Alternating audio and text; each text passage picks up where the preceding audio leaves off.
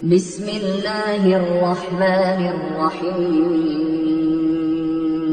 لله نحمده ونستعينه ونستغفره ونتوكل عليه ونعوذ بالله من شرور أنفسنا ومن سيئات أعمالنا من يهد الله فلا مضل له ومن يضلل فلا هادي له ونشهد أن لا إله إلا الله ونشهد أن محمدا عبده ورسوله أما بعد فأعوذ بالله من الشيطان الرجيم بسم الله الرحمن الرحيم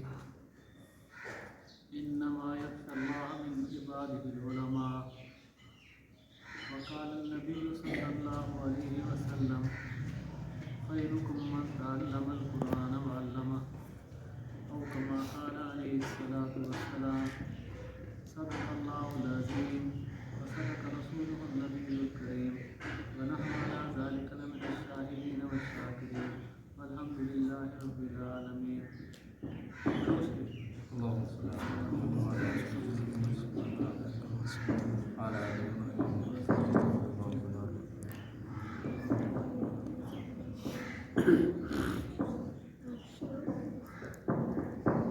عزیز طالب علم ساتھیوں، میں کوئی واعظ یا مقرر نہیں ہوں، البتہ حضرت صاحب قاری صاحب کے حکم پر ایک دو معروضات عرض کروں گا. دعا ہے کہ اللہ رب العزت ہمیں سننے کے بعد ان پر عمل کرنے کی توفیق عطا فرمائے. الحمدللہ آپ حضرات بہت خوش نصیب ہیں کہ اللہ رب العزت نے آپ کو اپنے کلام پاک کی خدمت کے لیے اور اشاعت کے لیے قبول فرمائے. اس پر اللہ رب العزت کا جتنا بھی شکر ادا کیا جائے وہ کم ہے. آپ جیسے ہزاروں بچے، کوئی جوتے پالش کر رہا ہے، کوئی پکوڑے سموسے جلیبی بیچ رہا ہے، کوئی گنڈیریاں بیچ رہا ہے، غرض ہے کہ وہ دنیا کے کسی نہ کسی کام میں مشغول ہے. اللہ رب العزت نے آپ لوگوں کو پسند کیا، آپ کو چنا، منتخب کیا، اور آپ سے اللہ رب العزت وہی کام لے رہے ہیں جو انہوں نے اپنے انبیاء علیہ السلام اور اپنے صالحین لوگوں سے لیا ہے. اس پر اللہ رب العزت کا جتنا شکر ادا کیا جائے وہ کم ہے. ہم جو یہ علم دین حاصل کر رہے ہیں تو یہ سارے کا سارا علم دین، اس میں ترقی اور اس کے حصول کے لیے سب سے بنیادی چیز جو ہے وہ ادب ہے. علماء فرما گئے ہیں کہ الدین کلہ ادب، کہ دین سارے کا سارا ادب کا نام ہے.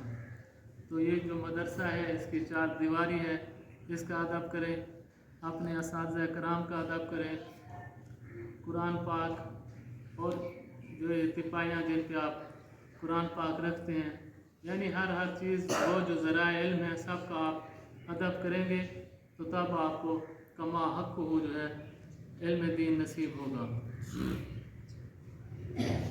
تو اس کے لیے بس ایک واقعہ عرض کر دیتا ہوں.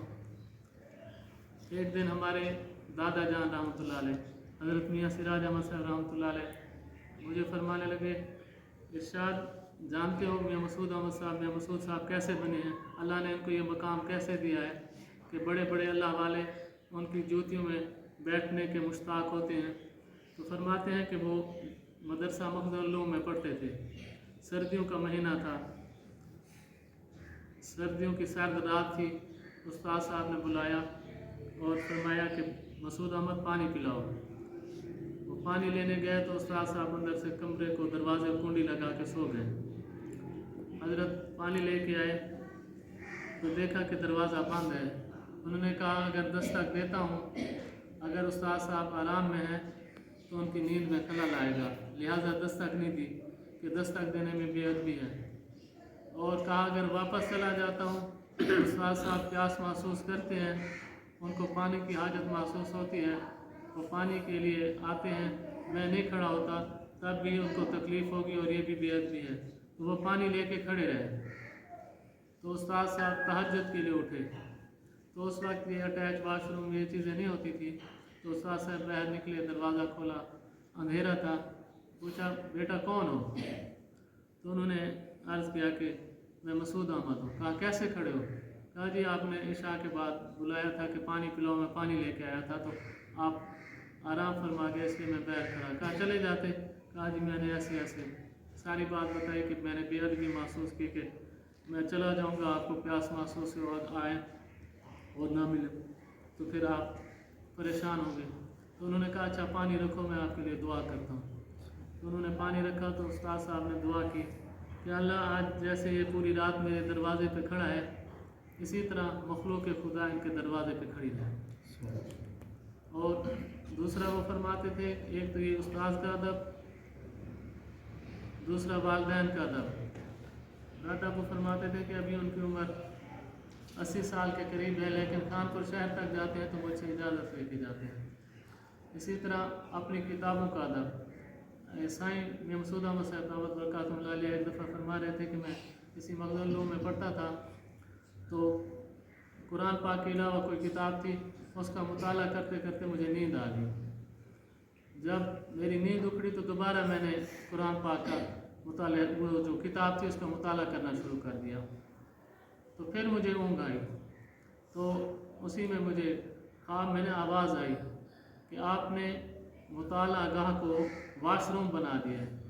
یعنی وضو, کیونکہ نیند کی حالت میں وضو ٹوٹ جاتا ہے تو اس لیے یہ بھی ادب کا تقاضا ہے کہ کوئی بھی دینی کتاب, قرآن پاک کے بارے میں تو ویسے بھی ہے کہ لا یمسہ الا المطہرون, کہ اس کو خوب پاکی حاصل کر کے یعنی غسل وضو وغیرہ کر کے پڑھو. تو باقی بھی جتنی دینی کتابیں ہیں ان کا یہی ادب ہے کہ باوضو ہو کے پڑھیں.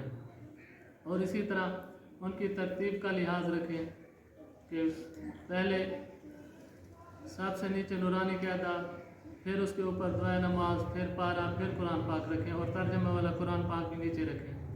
تو یہ ساری باتیں جب ہم ادب کریں گے تو اللہ تعالیٰ جو ہے ادب کرنے کی وجہ سے ہمارے لیے علم دین کو آسان بنا دیں گے. اور دوسری بات یہ ہے کہ یہ جو علم ہم حاصل کر رہے ہیں یہ علم وحی ہے, یہ اللہ کا دیا ہوا نورانی علم ہے. تو اس علم کے لیے, اس کے حصول کے لیے شرط یہ ہے کہ اس علم کو حاصل کرتے ہوئے ہم گناہوں سے دور رہیں.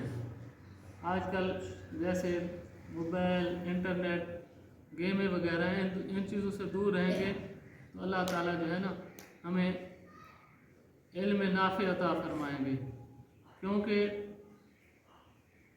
جو 4 ائمہ گزرے ہیں ان میں سے ایک امام شافعی رحمۃ اللہ علیہ ہیں, وہ فرماتے ہیں کہ میں نے اپنے برے حافظے کے بارے میں اپنے استاد سے شکایت کی تو انہوں نے مجھے کہا کہ آپ گناہ کرنا چھوڑ دو, اس لیے کہ علم جو ہے نا اللہ کا نور ہے, اللہ اپنا نور گناہ گاروں کو نہیں دیتے.